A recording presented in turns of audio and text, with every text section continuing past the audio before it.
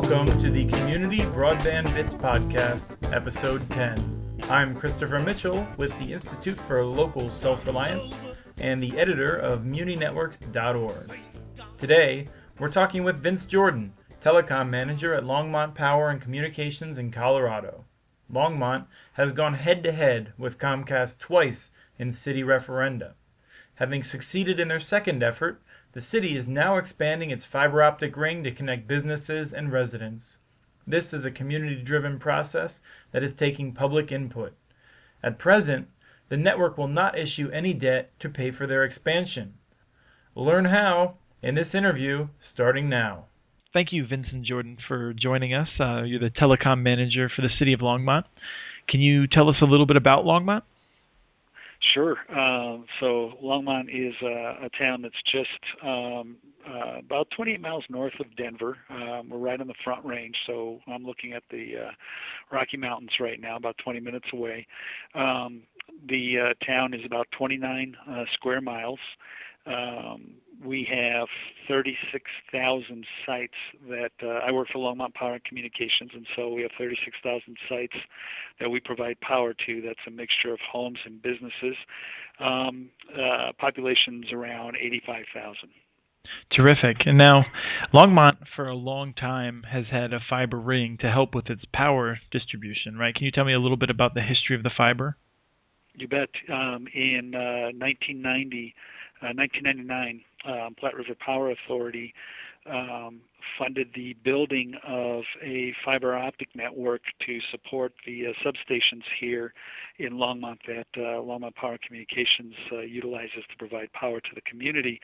As that fiber was being put in place, the then mayor, Leona Stacker, and a number of other individuals involved with that project said, well, we should put more in because who knows what we might want to do with it. We might want to provide, connectivity to the businesses and the residents sometime in the future. So they really overbuilt it to the tune of, there's about 4,300 miles of fiber optic cable laid in Longmont. That's comprised in an 18-mile loop and then 55 miles of cable plant. So those are all the laterals coming off of all the loop. So even back then, they were thinking about a lot of extra capacity and what they might do with it. That was in the late 90s, early 2000 is when that was completed. Great, and that's the sort of situation where the cost of overbuilding it, as you said, really doesn't impact the final cost of the project, right? No, it didn't. It was a question of, are you going to put in, 24 fibers, 48 fibers, 144, and the cost was negligible. The increments were negligible to put more in, and so they did 144 12 buffer tubes worth of fiber, which Platte River Power Authority and LPC only used one, and so that left us with a good deal of extra capacity. Right. So you have this extra capacity, and then in 2005, you suddenly have a law that's telling you can't use that extra capacity. Maybe you can walk us through that. Yeah, in 2005, the incumbent service providers in Colorado, mainly Qwest, CenturyLink, that was before they combined, Comcast lobbied the state to put a what I consider to be an absolutely ridiculous law in place that barred municipalities from providing broadband services directly or with a partner to businesses or residents in their community. And so we had a right that existed, that we had prior to 2005, taken away from us. We already had an asset in place. We were already connecting the local hospitals, city services, county services onto the fiber network. And that law basically shut down our ability to utilize an asset that we were already utilizing, we already had in place. Okay, so you have a barrier now, and fortunately, it wasn't quite as strong as what we see in Nebraska or Texas. There's a way for you to restore your authority, right? So the community decides to have a referendum, right? Yes, there was a provision. The League of Municipalities, Colorado League of Municipalities, had them put a provision in the law that a local municipality could have a referendum and a ballot issue and could overturn that law by 51% of the vote. And so in 2009. I was a private citizen at the time here in Longmont, but was working with a number of the city managers, and we had a discussion and decided we would go ahead and try and get this thing overturned. And so we did put a referendum up and put a ballot issue in place to have the community vote to give us back our right to utilize the asset. Right, and so how did that go? Well, we this severely... is, if I could actually just say, this is where I learned about Longmont at this point. I remember learning about this in 2009. Yeah, we severely underestimated what the incumbents would do to keep us from having a successful ballot issue. They spent over $245,000. They was primarily Comcast. Spent over $245,000 fighting that ballot issue with radio ads, television ads, newspaper ads, filling our mailboxes with junk, signs everywhere, people going door to door, scaring people off basically, and convincing them that the city was going to raise their taxes and spend all their money, and this was going to be a terrible mess. Right. They actually said that you were going to fire firemen, I believe, right? Public safety and officials. Police departments. Yep. Yeah.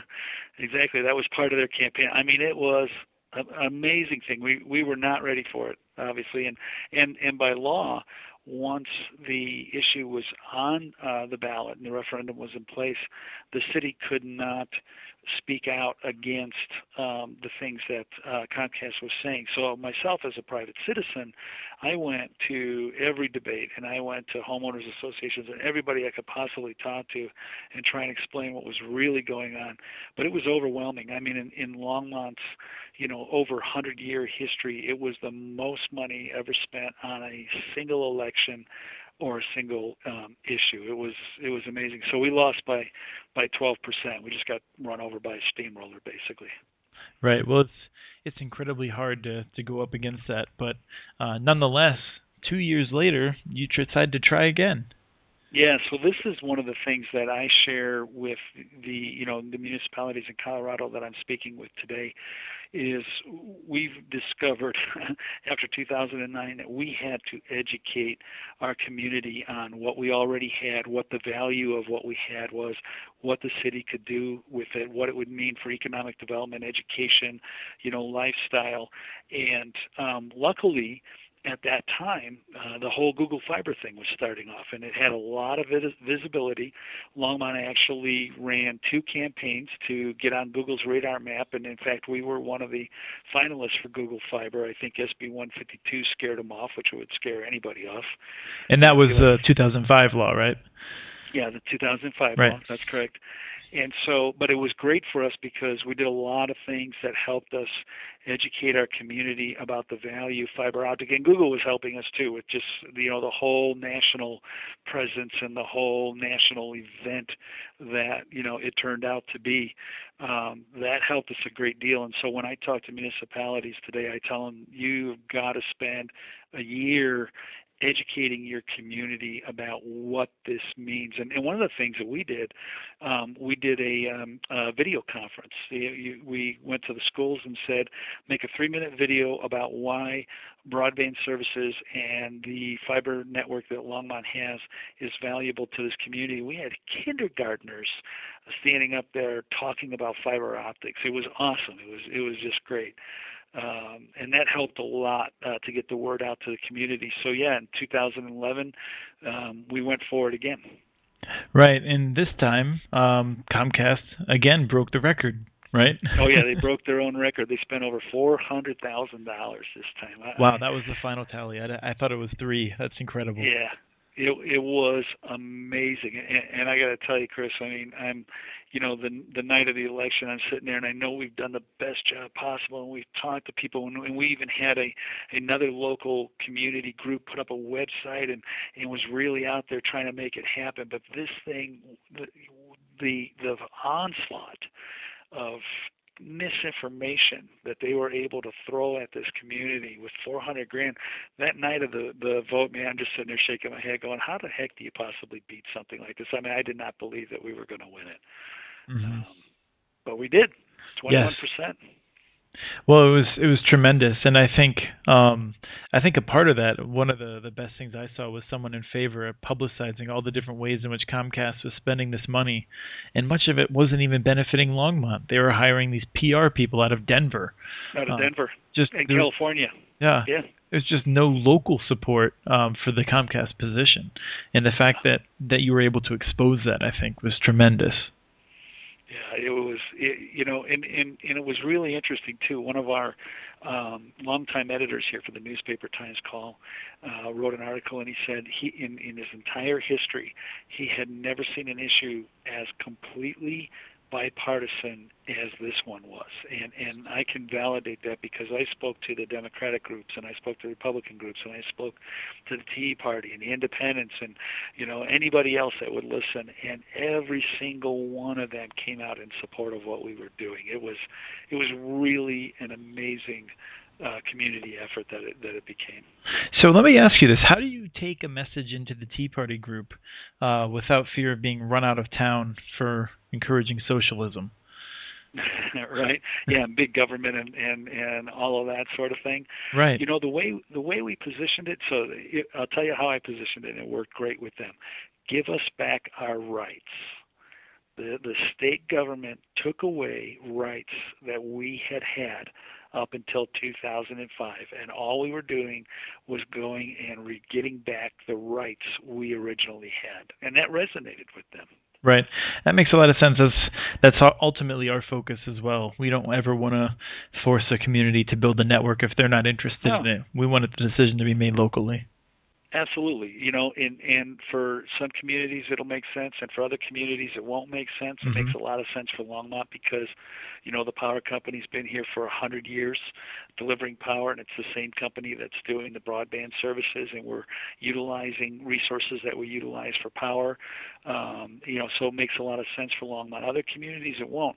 And I actually spoke with some folks in the state government last week, Senator Bennett's office, Senator Udall's office, and I said, this isn't about the federal government mandating that the states do anything. It's about the federal government or state government saying you are free to make the decision, do what's right for your community. Right. That's exactly it. Let's turn back to that first referendum, if we can, with the benefit of hindsight. And let me ask you, you said you need to spend a year educating the public on these issues, and I think that's absolutely correct. My question is, how do you do that without the controversy of the referendum? Could you have spent that year if you hadn't lost the referendum already? Yeah, if we hadn't lost it and the Google Fiber thing wasn't going on, it would have been much more challenging. But in working with the communities I'm talking to today, I'm telling them, the way I see doing this, I mean, it's really about there's two elements of this that you could really focus on and then target educating the community, and that's economic development and education. And if you focus on those two things, it's real easy to go into the schools and do presentations there and explain to people, the difference between the haves and the have-nots in terms of broadband, in terms of access to higher level education, online courses, HD content, that sort of thing. On the economic development side, it's real straightforward to talk to the business community, and there's plenty of venues to do that. Chamber of Commerce, different, school district meetings, HOAs, reaching out to the HOAs and asking them to come and present to them about what the value, the additional value to their homes would be with this kind of connectivity available to them. So I could really, somebody wanted to, I could sit down and probably map out a systematic way and all the different organizations that you would go to educate them. And I think the biggest proponent you want to get are the students, because the students get it. I got to tell you, man, elementary, middle school, and high school, they understand the value of higher speed broadband, because when they don't have it, their world doesn't work. They are the connected generation. They get the message. They get the value of this thing. And if you can get that to them, they can help get it to their parents. Yep, I absolutely believe it. I actually just had an issue here where I was having trouble accessing some documents online, and at the same time, my phone was giving me some problems, and I felt totally unable to communicate with the outside world. I know it's frightening now, isn't it? Yeah. Let me ask you then. You've gone through this. I think you call it a monster battle. And what do you do now? What's the plan? Oh, we are shaking and baking, as they say. We are characterizing the fiber we've got right now, see what kind of condition it's in, because it's been there for 10 years, and I'm happy to report that most of the unused fiber is in great shape and able to carry the signals that we want to push across it. We are putting we've done a public information process here in town over the last month to meet with the businesses and the residents to talk to them about what we're looking at in terms of rates and the types of services that we're looking to provide, taking their questions and answering those. We're actually right now, today, as a matter of fact, putting equipment in place that's going to let us light up the fiber. And my personal goal, as I've stated publicly a number of times, is to have the first fiber to the business and fiber to the home customers on by the 1-year anniversary of the referendum passing. So that would be November 2nd this year. Oh, that's quite the timetable. What's the larger plan in terms of how many people will have access? Well, yeah, initially, what we've got, the situation we have right now, because our telecom fund is a separate enterprise fund, so there's no cross-subsidization going on here. So the telecom has got to live and die on its own funds. So right now what we're able to do is do this on a revenue generation basis. As we collect more revenue, we're already a profitable fund because we've been leasing dark fiber since before 2005, and those leases were able to stand even with SB 152 going in place. They were grandfathered in. Mm-hmm. So the telecom fund is already a profitable fund. So the more we sell, the more we'll be able to build. Right now today I have 1,280 of the 3,600 businesses in Longmont within 500 feet or less of the fiber. So getting it built out to them is relatively inexpensive and will be made up very quickly in the savings that they would get from our rates over the rates that they have to pay today. As that money comes in, we'll build more.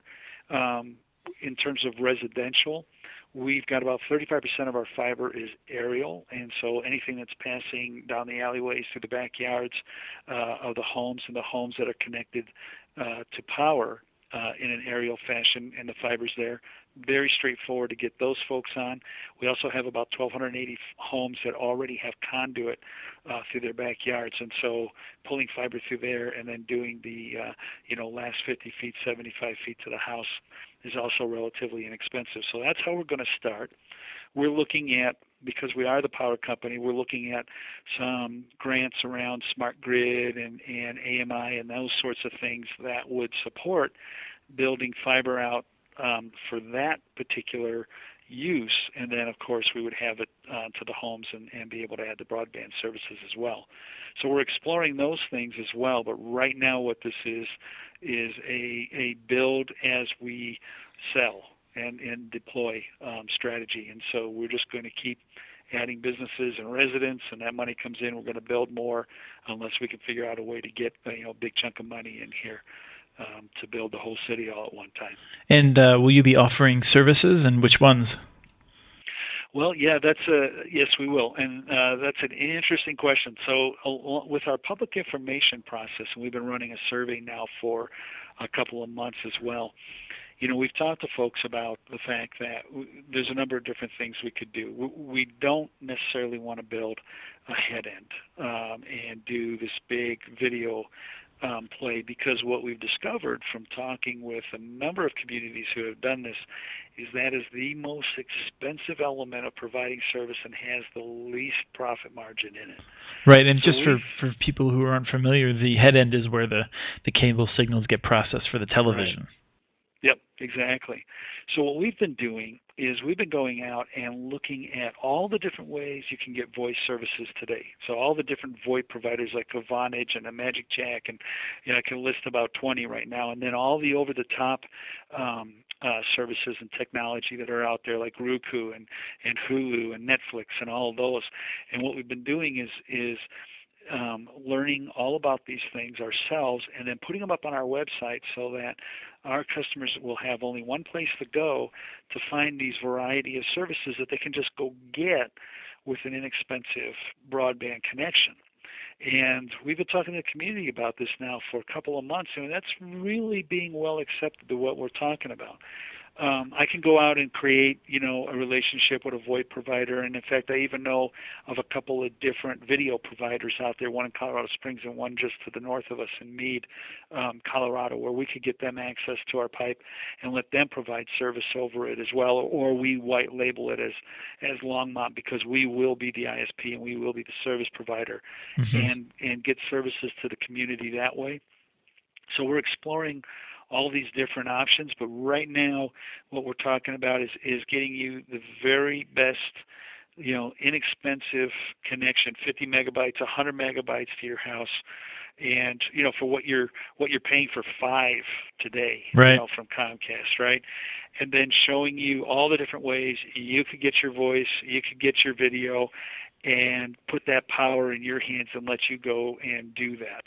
And we're going to see how that is accepted by the community. If they want us to provide the voice and the video, then we'll figure out ways to do that.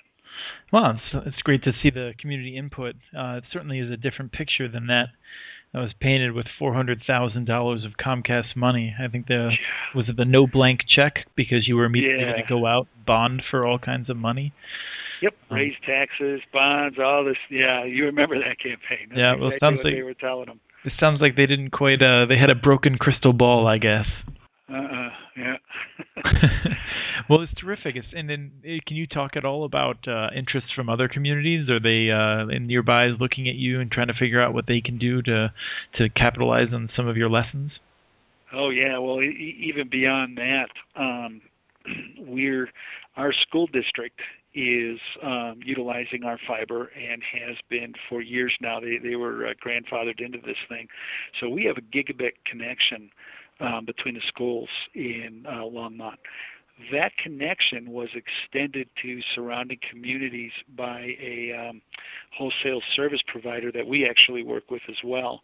And so we actually touch Lyons, Meade, Erie, and Niwot. And all those communities are talking to us now and saying, well, okay, we already go back to Longmont on your fiber. When you're able to light this up and provide these services, what might we do, extending into these communities? So we're having those kinds of conversations, and then I'm also working with the surrounding communities about how they would go about, overturning SB 152, because before they could do anything, they have to do that. That's where I've been telling them, there was like 3 of them that were going to put it on the ballot this year, and I said, don't bother, because you're just going to waste time and money. You need to spend the year educating your community about what it means, what you might do, how you might go about doing it, so when you put it on the ballot issue and that onslaught comes after you, you might have a chance of passing it. The other thing I've been encouraging them to do, and I don't really want to give my strategy away here, but I'd love to see a number of them all do it in the same year, because then the other guys have got to figure out which battles they're going to fight and which ones they're going to pass on. Iowa had a number of referendums one year, and a lot of the communities passed it, and some took action on it and some didn't, but the important thing is they can make up their own minds now.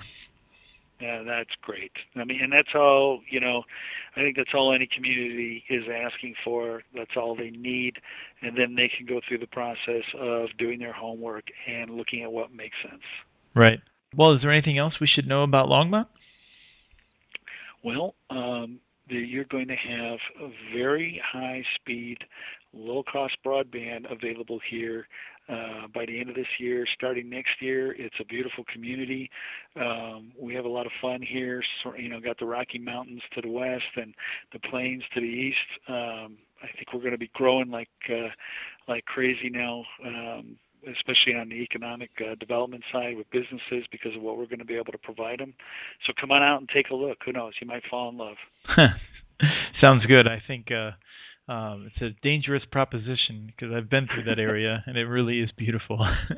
Yeah, it is. And now I can get you 100 megabits to your house. Right. Well, thank you so much for coming on the show. We've really appreciated having you. Well, thank you, Chris, for having me. I enjoyed it, and thank you, too, so much for the work that you do. We've utilized it a lot over the years, and we'll continue to do so. Really appreciate what you guys do. Thank you. That was Vince Jordan, Telecom Manager at Longmont Power and Communications. I'm sure he'll be back on this show in the future as the project progresses. To learn more, visit our show page on muninetworks.org, where we have links to some of the materials discussed today. If you have any questions or comments, please tell us directly. Email podcast@muninetworks.org. Our handle on Twitter is @CommunityNets. This show was released on August 28th, 2012. Thanks to my colleague Lisa Gonzalez for putting the show together, and Fit and the Conniptions for the music, licensed using Creative Commons. The song is called Storm's Over.